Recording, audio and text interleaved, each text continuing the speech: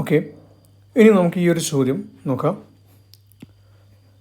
ഇതിൽ നമുക്ക് നോക്കിക്കഴിഞ്ഞാൽ ബ്രാക്കറ്റ് കാണാൻ പറ്റുന്നുണ്ട്. ഓക്കെ അല്ലേ, ബ്രാക്കറ്റ് ഉണ്ട്. അതേപോലെ തന്നെ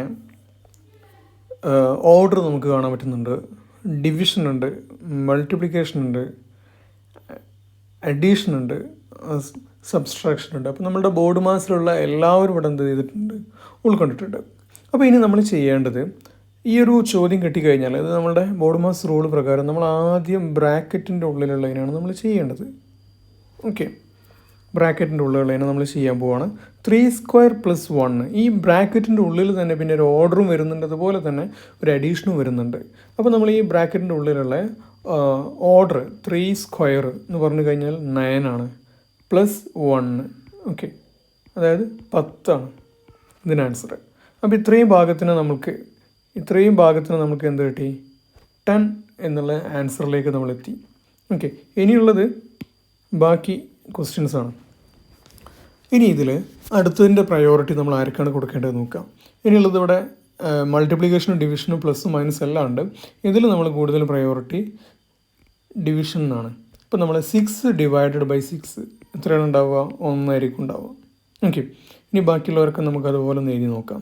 +2 -1 +10. ഓക്കെ, ഇനിയും നമുക്ക് ഒരു പ്രയോറിറ്റി ഇവിടെ ആർക്കുണ്ട്, 6×1 6×1 6 +2 -1 +10. ഓക്കെ, നമുക്കിവിടെ രണ്ട് രീതിയിൽ ചെയ്യാം. വളരെ ഈസി മെത്തേഡിൽ നമുക്ക് എന്ത് ചെയ്യാം, നെഗറ്റീവ് നമ്പേഴ്സിൻ്റെ കാൽക്കുലേഷൻ ഒഴിവാക്കിയിട്ട് സാധാ രീതിയിൽ നമുക്ക് ചെയ്യാം. അതെങ്ങനെയാണെന്ന് വെച്ചാൽ മൈനസിനൊക്കെ ഒരു സൈഡിലേക്ക് കൊണ്ടുവരിക. 6 + 2 +10 -1. ഓക്കെ, ഞാൻ മൈനസിനെ മാത്രം ഒരു സൈഡിലേക്ക് വെച്ച് ബാക്കി പ്ലസ്സുകാരൊക്കെ ഒരുമിച്ച് വെച്ച്.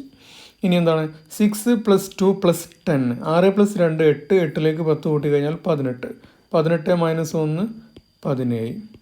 ഓക്കെ, ഒരു മെത്തേഡ് നമുക്ക് ഇങ്ങനെ ചെയ്യാം. രണ്ടാമത്തെ മെത്തേഡ് നമുക്ക് ഞാൻ ഇവിടെ നിന്ന് അങ്ങോട്ടുള്ള സ്റ്റെപ്പാണ് ചെയ്യുന്നത്. അവിടെ നമുക്ക് എന്ത് ചെയ്യാം, നെഗറ്റീവ് നമ്പേഴ്സിൻ്റെ കാൽക്കുലേഷൻ പോലെ ചെയ്യാം. 6 + 2 അതുപോലെ തന്നെ എഴുതി. ഈ -1 +10 നെഗറ്റീവ് നമ്പേഴ്സിൻ്റെ കാൽക്കുലേഷനാണ്. അപ്പോൾ അവിടെ എന്ത് വരും, +9 എന്ന് വരും. ഓക്കെ, 6 + 2 + 9 എന്ത് കിട്ടും, 17 കിട്ടും. ഓക്കെ, അപ്പോൾ ഇതാണ് രണ്ടാമത്തെ മെത്തേഡ്.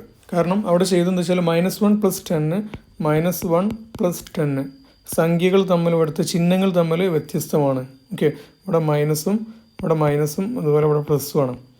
അപ്പോൾ നമ്മൾ വലിയ സംഖ്യയിൽ നിന്ന് ചെറിയ സംഖ്യനെ കുറച്ചു, എന്നിട്ട് വലിയ സംഖ്യയുടെ ചിഹ്നമായിട്ടുള്ള പ്ലസ് ആയിട്ട് കൊടുത്തു. അതാണ് നമുക്കിവിടെ കിട്ടിയിട്ടുള്ള 9 എന്ന് പറഞ്ഞത്. Okay, so 6 + 2 + 9 = 17.